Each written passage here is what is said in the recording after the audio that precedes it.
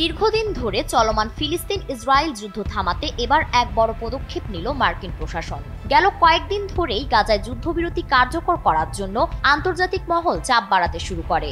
অবশেষে নিউ ইয়র্কে আরব ও মুসলিম দেশগুলোর নেতাদের সঙ্গে বৈঠকে মার্কিন প্রেসিডেন্ট ডোনাল্ড ট্রাম্প এক নতুন পরিকল্পনা প্রকাশ করেছেন। এই পরিকল্পনায় 21টি ধাপ রাখা হয়েছে, যাতে যুদ্ধ থামানো, বন্দীদের মুক্তি, গাজার পুনর্গঠন এবং ভবিষ্যতে একটি স্বাধীন ফিলিস্তিনি রাষ্ট্র গঠনের পথ তৈরির কথা বলা হয়েছে। পরিকল্পনা অনুযায়ী গাজায় তাৎক্ষণিক যুদ্ধবিরতি কার্যকর হবে, মুক্তি দেওয়া হবে সব জিম্মি এবং হাজার হাজার ফিলিস্তিনি বন্দীকে। RICL TMX, যুগের পর যুগ স্থাপনা থাকে মজবুত। জাতিসংঘ ও আন্তর্জাতিক সংস্থার তত্ত্বাবধানে গাজায় মানবিক সহায়তা প্রবেশ করবে। একটি নির্দিষ্ট সময়ের মধ্যে আন্তর্জাতিক বাহিনী ফিলিস্তিনি স্বাধীনতাকামী সংগঠনের হাতে থাকা সব অস্ত্র সংগ্রহ করবে। যারা গাজা ছাড়তে চাইবে তাদের নিরাপদে বেরিয়ে যাওয়ার সুযোগ দেওয়া হবে।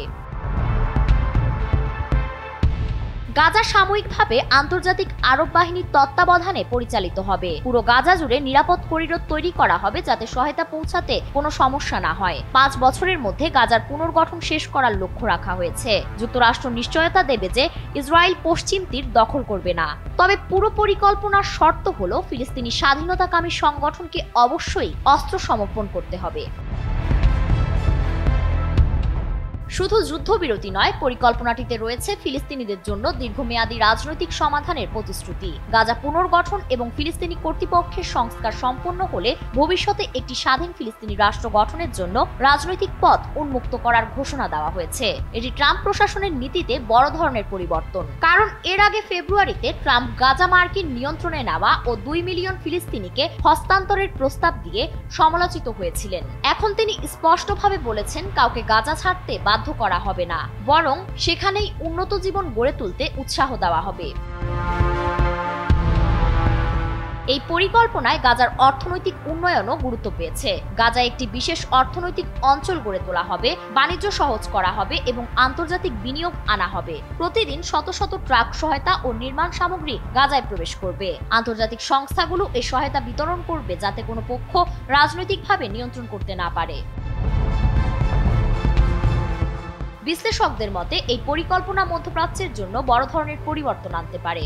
একদিকে ফিলিস্তিনি স্বাধীনতাকামী সংগঠনের জন্য শর্তগুলো কঠিন হলেও অন্যদিকে ফিলিস্তিনিদের জন্য স্বাধীন রাষ্ট্রের স্বপ্ন দেখার সুযোগ তৈরি হয়েছে।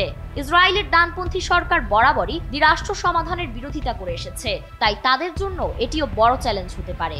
মার্কিন প্রেসিডেন্ট ডোনাল্ড ট্রাম্প আশাবাদী মনোভাব ব্যক্ত করে জানিয়েছেন যে গত 4 দিনের আলোচনা ইতিবাচক ফল দিয়েছে এবং তিনি মনে করেন শীঘ্রই একটি কার্যকর সমঝোতায় পৌঁছানো সম্ভব হবে। ইসরায়েল ফিলিস্তিন এই দুই পক্ষ এখন এই প্রস্তাবে কি প্রতিক্রিয়া জানায়, তাই এখন আন্তর্জাতিক মহলের দেখার বিষয়। ফারিন রহমান প্রীতি, NPB।